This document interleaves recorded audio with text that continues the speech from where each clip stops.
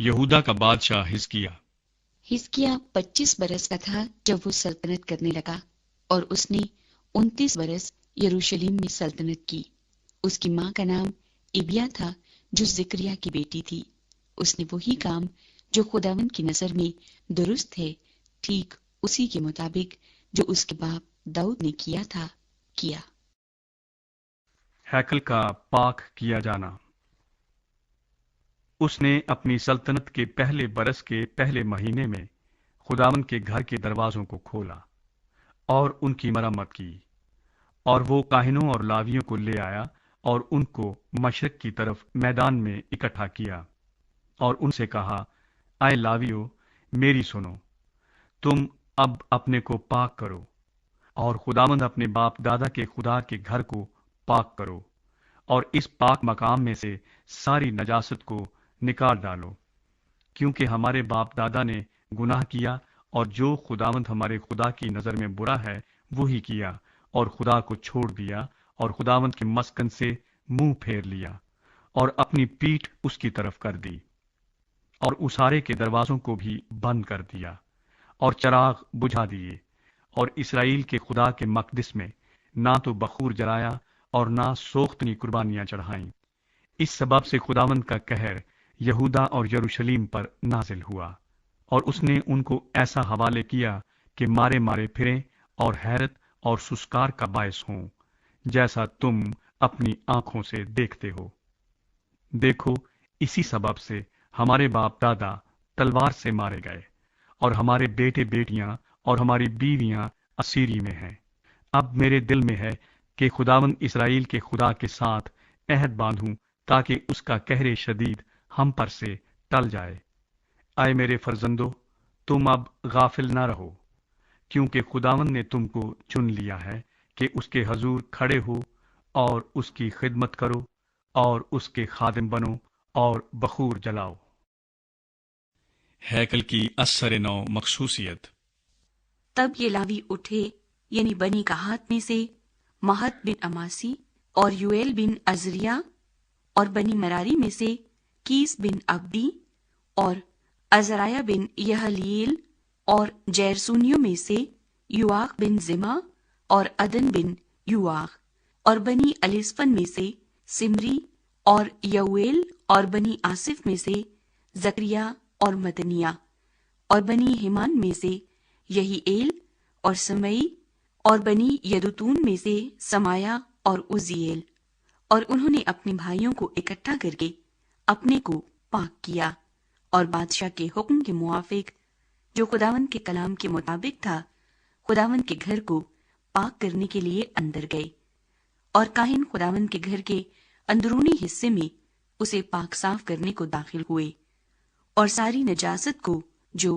خداوند کی ہیکل میں ان کو ملی نکال کر باہر خداوند کے گھر کے صحن میں لے آئے، اور لاویوں نے اسے اٹھا لیا تاکہ اسے باہر کدرون کے نالے میں پہنچا دیں، اور پہلے مہینے کی پہلی تاریخ کو انہوں نے تقدیس کا کام شروع کیا، اور اس مہینے کی 8ویں تاریخ کو خداوند کے اسارے تک پہنچے، اور انہوں نے 8 دن میں خداوند کے گھر کو پاک کیا، سو پہلے مہینے کی 16ویں تاریخ کو اسے تمام کیا۔ تب انہوں نے محل کے اندر حزقیہ بادشاہ کے پاس جا کر کہا کہ ہم نے خداوند کے سارے گھر کو اور سوختنی قربانی کے مذبے کو اور اس کے سب ظروف کو اور نذر کی روٹیوں کی میز کو اور اس کے سب ظروف کو پاک صاف کر دیا۔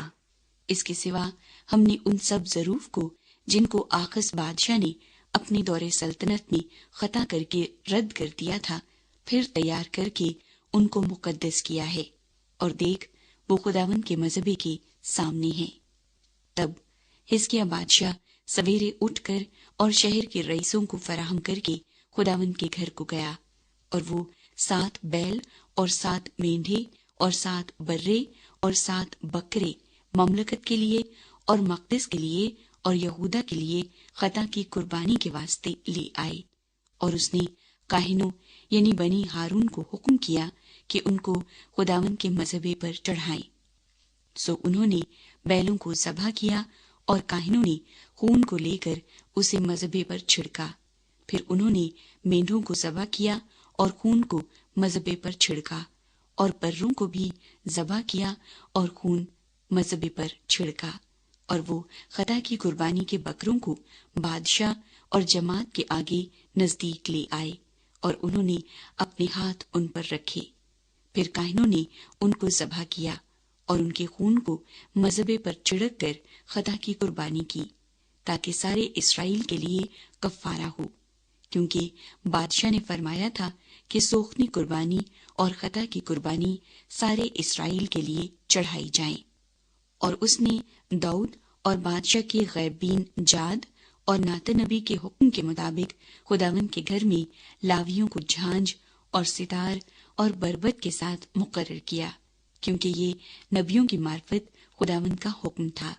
اور لاوی داؤد کے باجوں کو اور کاہن نرسنگوں کو لے کر کھڑے ہوئے، اور حزقیاہ نے مذبے پر سوختنی قربانی چڑھانے کا حکم دیا۔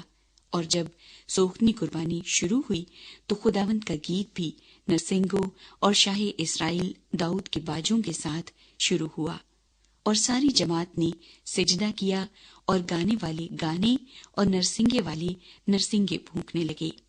جب تک سوختنی قربانی جل نہ چکی یہ سب ہوتا رہا، اور جب وہ قربانی چڑھا چکے تو بادشاہ اور اس کے ساتھ سب حاضرین نے جھک کر سجدہ کیا۔ پھر حزقیاہ بادشاہ اور رئیسوں نے لاویوں کو حکم کیا کہ داؤد اور آصف غیب بین کے گیت گا کر خداوند کی حمد کریں، اور انہوں نے خوشی سے مدح سرائی کی اور سر جھکائے اور سجدہ کیا۔ اور حزقیاہ کہنے لگا کہ اب تم نے اپنے آپ کو خداوند کے لیے پاک کر لیا ہے، سو نزدیک آؤ اور خداوند کے گھر میں ذبیحے اور شکر گزاری کی قربانیاں لاؤ۔ تب جماعت ذبیحے اور شکر گزاری کی قربانیاں لائی،